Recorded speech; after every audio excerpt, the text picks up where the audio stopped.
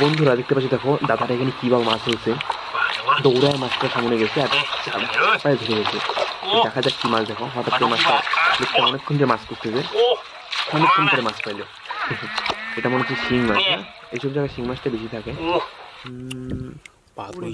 তো হাইব্রিড মাগুর, দারুণ কিন্তু না বন্ধুরা। তোমরা অবশ্যই একটা লাইক করো আর চ্যানেলটাকে সাবস্ক্রাইব করে দিও। দেখা হবে পরের ভিডিওতে। চলো টাটা, বাই। দেখা যাক আরো মাছ। দেখো তোমরা, ওই দেখো মানে মাছের খনি পেয়ে গেল এখানে। দারুণ কিন্তু, হ্যাঁ দারুণ দারুণ দারুণ।